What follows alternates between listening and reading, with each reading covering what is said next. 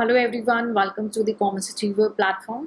आज के इस पर्टिकुलर सेशन के थ्रू हम एक और case study numerical cover up करने वाले हैं, जहाँ पे हम डिस्कस करने वाले हैं अगर आपके पास हाउस प्रॉपर्टी है तो आपने अगर उस हाउस प्रॉपर्टी को रेंट आउट किया है यानी लेट आउट किया हुआ है और पार्ट ऑफ द ईयर के लिए ही वो प्रॉपर्टी आपकी जो है ऑक्यूपाइड रहती है और पार्ट ऑफ द ईयर के लिए वो वैकेंट रहती है, तो उस केस में हम income under head house property कैसे कंप्यूट करेंगे आज इस पर्टिकुलर सेशन में हम डिटेल में कवर अप करने वाले हैं। तो house property let out property है एक, और जो वैकेंट रह जाती है पार्ट ऑफ द ईयर में। So income from house property के डिफरेंट प्रोविजंस को हमने ऑलरेडी डिटेल में कवर अप किया है। आज हम अपना फोकस सिर्फ इस पर्टिकुलर केस के ऊपर ही रखेंगे और नंबर्स के थ्रू इसे अंडरस्टैंड करेंगे कि हम कंप्यूट कैसे कर सकते हैं इन ईजीएस्ट वे। ये कंप्लीट सीरीज चल रही है इनकम टैक्स की, इसका मैक्सिमम बेनिफिट लें। कोई डाउट्स एंड क्वेरीज हैं तो उसे कमेंट सेक्शन में पूछ के आप क्लियर कर सकते हैं। So let's begin with the question. Suresh has a property whose municipal valuation is rupees 2,50,000 per annum. ठीक है, तो इनके पास एक जो हाउस प्रॉपर्टी है जिसकी म्युनिसिपल वैल्यू कितनी गिवन है 2,50,000। ठीक है, the fair rent is rupees 2 lakh per annum and the standard rent fixed by the rent control act is rupees 2,10,000 per annum. The property was let out for a rent of rupees 20,000 per month. ठीक है, however the tenant vacated the property on 31st January 2023। तो renting पे property given थी, that is the rent was rupees 20,000 which was per month, and the tenant who occupied the property they vacate the property on 31st January 2023।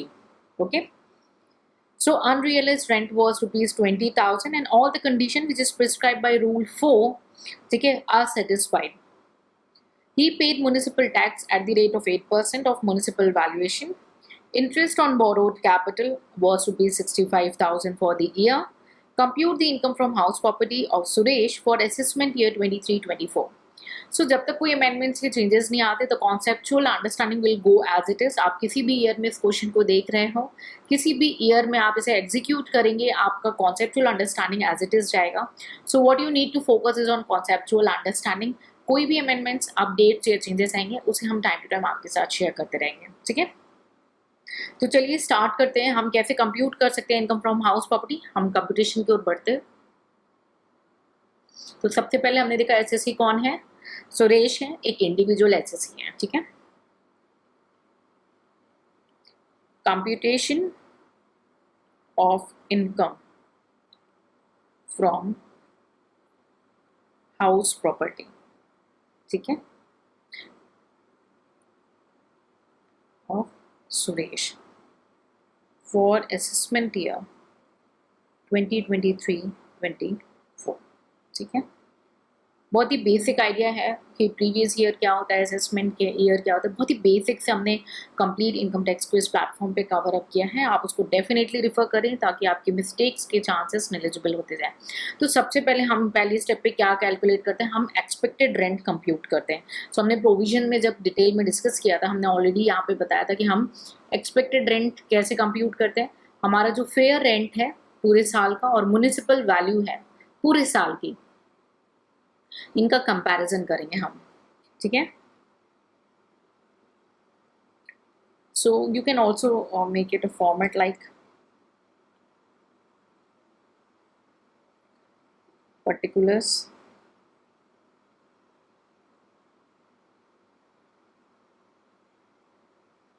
And your amount.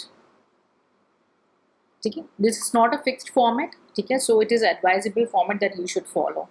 ठीक है, so step 1 हमारा क्या रहने वाला है, हमें compute करना है एक्सपेक्टेड रेंट। ठीक है, सो एक्सपेक्टेड रेंट हमें कंप्यूट करना है। तो इसमें भी हमारा पहला स्टेप क्या है, हमें सबसे पहले फेयर रेंट और म्युनिसिपल वैल्यू, ठीक है, का हायर चूज करना है। So higher of fair rent and municipal value which is, देख लेते हैं। फेयर रेंट हमारे क्वेश्चन में गिवन है 2 लाख और 2,50,000 म्युनिसिपल वैल्यू।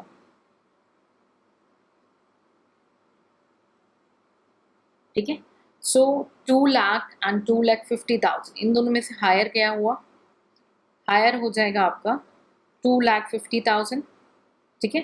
सो एक्सपेक्टेड रेंट में हमने ये पूरे साल का लेना है। प्रॉपर्टी भले मेरे पार्ट ऑफ द ईयर के लिए ऑक्यूपाइड हो या पार्ट ऑफ ईयर के लिए वैकेंट हो, लेकिन हमें जो फेयर रेंट लेना है या म्युनिसिपल वैल्यू लेना है वो हमें पूरे साल का लेना है, ये आपको ध्यान रखना होगा। Second, lower of step 1 and standard rent. So 2,50,000 और स्टैंडर्ड रेंट देख लेते हैं कितना है, 2,10,000, 2,10,000। सो ये भी हमने जो है पूरे साल का लिया है, तो आपको ये चीज़ ध्यान में रखनी है। भले प्रॉपर्टी आपकी वैकेंट है पार्ट ऑफ द ईयर में, आप एक्सपेक्टेड रेंट जो कंप्यूट करेंगे वो फुल ईयर का कंप्यूट करेंगे, ठीक है। So your expected rent will B 2,10,000। मैं यहाँ पे सिर्फ आपके अंडरस्टैंडिंग के लिए लिख दे रही हूँ, यहाँ पे हमें एक्सपेक्टेड रेंट जो कंप्यूट करना है वो पूरे साल का कंप्यूट करना है, ठीक है। उसके बाद आगे बढ़ते हैं।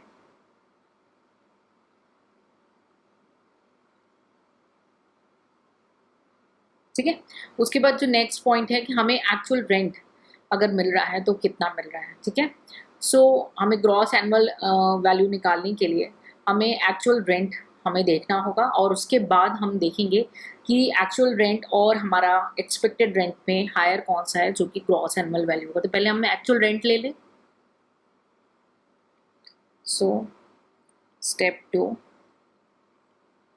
एक्चुअल रेंट, चाहे रिसीव्ड हो या रिसीवेबल होने वाला हो, हमें एक्चुअल रेंट लेना है, ठीक है।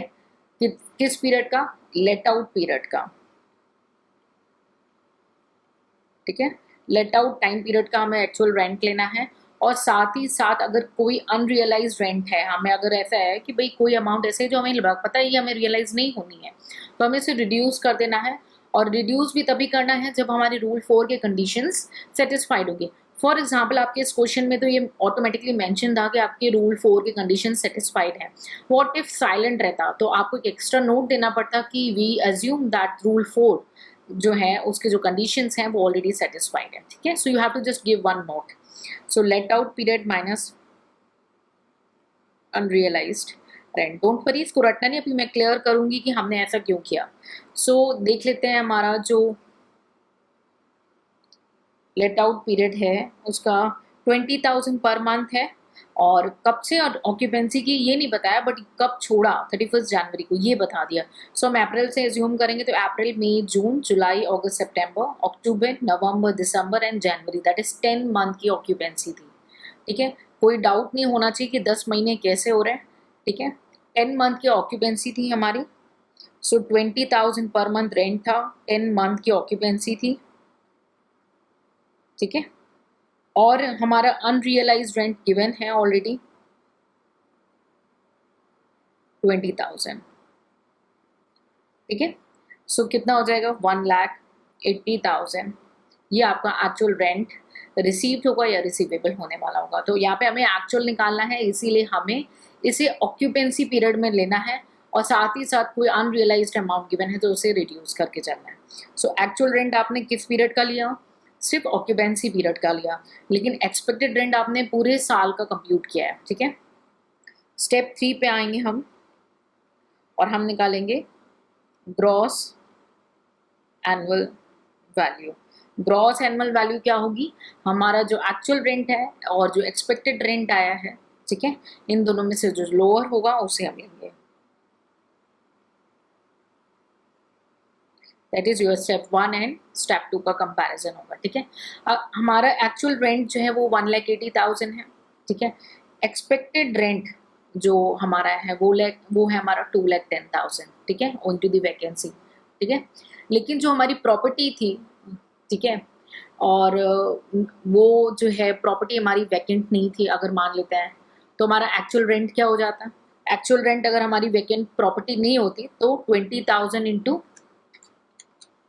12, दैट इज 2,40,000, और माइनस अनरियलाइज रेंट 20,000, तो 2,20,000 रहता। अगर वैकेंसी नहीं होती, पूरे साल ऑक्यूपाई हुआ होता, तब उस केस में क्या होता, हम वो भी एक बार सोच के चलेंगे, ठीक है, क्योंकि हमने इस प्रोविजन को ऑलरेडी डिस्कस किया है। अभी तो करंट सिनारियो में 180 हमारा एक्चुअल रेंट है। व्हाट इफ पूरे साल ऑक्यूपाई हुआ होता तब हमारा एक्चुअल रेंट क्या होता। मैं लिख दे रही हूँ आपके लिए, what if property is let out whole year, then actual rent आपका क्या हो जाता, 2,40,000, that is 20,000 for 12 months minus 20,000 unrealized rent, that will 2,20,000। ये हो जाता ना, कोई डाउट नहीं होना चाहिए, ठीक है। सो हमने ये देखा कि 1,80,000 हमारा जो है वैकेंसी की वजह से हो गया, और अगर वैकेंट नहीं होता तो 2,20,000 यानी 40,000 जो है हम मान के चल सकते हैं हमारा जो नोशनल रेंट है 2 महीने का, फरवरी और मार्च का जो बचा हुआ है, ठीक है। सो हमारा जो actual rent gross annual value क्या हो जाएगा इस केस में, एक्चुअल रेंट, ठीक है। सो 1,80,000 विल बी और gross annual value. I believe यहाँ तक आपको कोई डाउट नहीं होना चाहिए कि हमने ग्रॉस एनुअल वैल्यू कैसे कंप्यूट किया है, ठीक है। अब ग्रॉस एनुअल वैल्यू हमारा ऑलरेडी आ चुका है, हमने फॉर्मेट एंड प्रोविजंस को ऑलरेडी डिटेल में डिस्कस कर लिया है।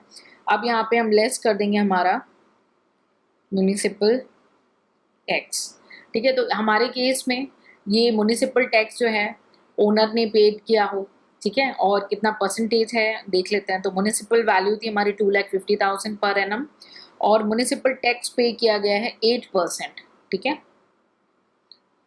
सो म्यूनिसिपल टैक्स पेड एक्चुअली में पेड हुआ है 2,50,000 का 8%, दैट इज 20,000। म्यूनिसिपल टैक्स जो पे किया है एक्चुअली में वो कितना आ गया, 20,000। म्यूनिसिपल टैक्स भी हमने कितने साल का लिया, पूरे साल का लिया है। तो आपका जो एक्सपेक्टेड रेंट है वो भी पूरे साल का आया है, और उसके बाद आपका जो म्यूनिसिपल टैक्स भी हम लेंगे वो भी पूरे होल ईयर के लिए लेंगे, पूरे साल का लेंगे, ठीक है। इसमें कोई डाउट आपको नहीं होना चाहिए, ठीक है। फिर उसके बाद म्यूनिसिपल टैक्स को हमने अगर रिड्यूस किया, that will come up 1,60,000, that is your net annual value. Municipal tax के क्या कंडीशंस हैं, क्या होता है म्यूनिसिपल टैक्स, उसके बारे में काफ़ी थ्योरेटिकल अंडरस्टैंडिंग हमने ऑलरेडी कवर अप कर ली है, ठीक है। ये आपको बेसिक पता होना चाहिए भाई म्यूनिसिपल टैक्स होता क्या है, और क्या कंडीशंस हैं जब हमें इसका डिडक्शन मिल सकता है, या कौन से ऐसे क्राइटेरिया मीट ना हो तो हमें डिडक्शन नहीं मिलता, ये आपको तुरंत रिकॉल भी करना है साथ में, ठीक है। सो नेट एनुअल वैल्यू हमें मिल चुकी है, डिडक्शन अंडर सेक्शन 24। सो डिडक्शन के बारे में हमारे क्वेश्चन में जो है ज़्यादा डाटा गिवन नहीं है, ठीक है। सो हम ले लेते हैं सबसे पहले 30% ऑफ NAV स्टैंडर्ड डिडक्शन, ये आपका एक तरीके से हो जाएगा 1,60,000 का 30%, ठीक है, दैट विल बी और 48,000, ठीक है। So deduction under section 24A 30% of NAV है, वो हो जाएगा आपका 48,000। एंड सेकेंड हमारा डिडक्शन क्या है, डिडक्शन अंडर सेक्शन 24B, ठीक है, interest on borrowed capital. So interest on borrowed capital में हमारी सेल्फ ऑक्यूपाइड प्रॉपर्टी नहीं होनी चाहिए, हमें सिर्फ यही ध्यान देके चलना है, ठीक है। So interest on borrowed capital देख लेते हैं, कुछ गिवन है तो गिवन है इंटरेस्ट ऑन बोरोड कैपिटल वो 65,000 for the year. So interest on borrowed capital हमने एक्चुअल ले लिया है, कोई सीलिंग लिमिट यहाँ पे नहीं है क्योंकि प्रॉपर्टी सेल्फ ऑक्यूपाइड नहीं है ये, ठीक है। सो 65,000 नेट डिडक्शन आपका हो जाएगा 1,13,000,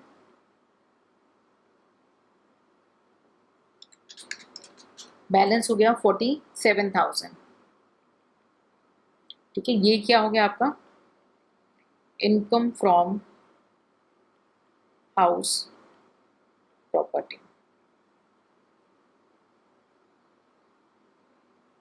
ठीक है, इनकम फ्रॉम हाउस प्रॉपर्टी, ठीक है।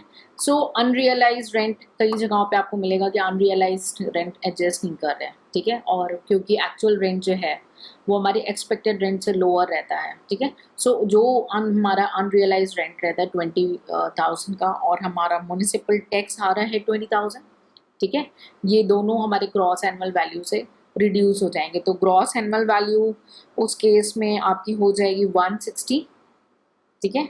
इन दैट केस क्योंकि आपने municipal tax and gross annual value unrealised rent जो है और म्युनिसिपल टैक्स दोनों ही डिडक्ट करने हैं अपने ग्रॉस एनुअल वैल्यू से, ठीक है।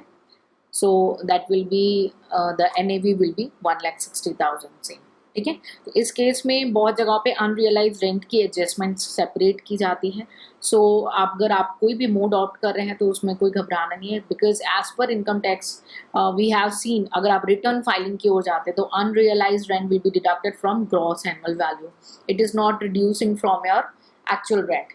So in that case, if unrealized rent will not reduce from your gross annual value, तो क्या होगा आपका 2,40,000 जो है 2 लाख हो जाएगा आपका एक्चुअल रेंट, क्योंकि हमने अनरियलाइज रेंट रिड्यूस नहीं किया। So what it come our gross annual value will be 2 lakh. कैसे आपका एक्चुअल रेंट रिवाइज हो जाएगा, मैं ये भी एक बार मेंशन कर दी जस्ट फॉर योर नॉलेज, ठीक है। Suppose you are not reducing और अनरियलाइज रेंट, तो ये आपका 2 लाख हो जाएगा, सेटिस्फाइड होना, ठीक है। Then gross annual value will be lower of actual rent and expected rent, that will be 2 lakh, कोई डाउट नहीं होना चाहिए, ठीक है।